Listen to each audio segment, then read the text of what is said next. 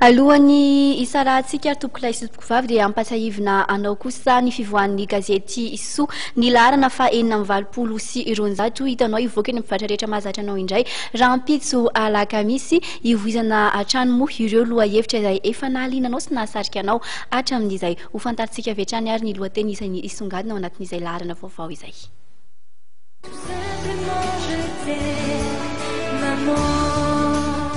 Ny volany lohahevitra lehibe ho resana amin'ity laharana 420 sy 200 ny gazety izao ity. Ary satria amin'ny alahady ho avy izao no ankalazana ny fetiny reny dia tsy adino misoa ny nanao lohatsoratra momba an'io ary natokana ho azy ireo indrindra ny lamaody amin'ity indray mitoraka ity.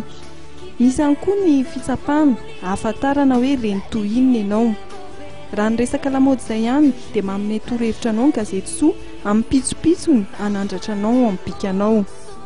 Ny vinyle 100% tendance no entina amintsika eo amin'ny kafarany avy any ivelany.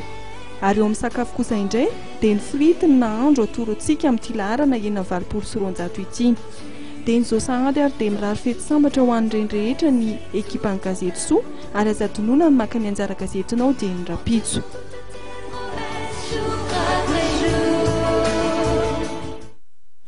Dia tapitratra eo ihany koa ny fotoana niarahako taminao amin'izao takariva izao ireo vaovao isan'ny nisongadina raha tsy ahivina vetivety sy totosa androany indray ny fifidianana izay filohan'ny CST vaovao nisy ny fanambarana izay nataony ny jeneraly Rasolosofodolan filohan'ny CST amperinasa famijanona ho filohany ity androm-panjakana ity ny tenany mandra-pisiny ny baiko vaovao. Nisy ampahan'olona izay manohatra ny fitsabahan'ny vondron'andraisam-pirenena ao anatin'ny raharaham-pirenena indrindra amin'ny tontolon'ny fifidianana tamin'ity androany ity izay nananteraka fihetsiketsehana tetsy amin'ny kianja ny tsaramasay. Tapitra eo ny vaovao antsika tombokolay sy tombokovavy misaotra sy mankasitraka anao nanaraka izany hatramin'ny farany mbola manasana ao hatrany moa anjoy ny fahitalavitry matv ny anjeta tantara mitoy El Diablo no atolotra anao ao aorinan' izao vaovao izao mametraka ny veloma mandra-pitafa ho amin'ny rapitso indray ny tenako.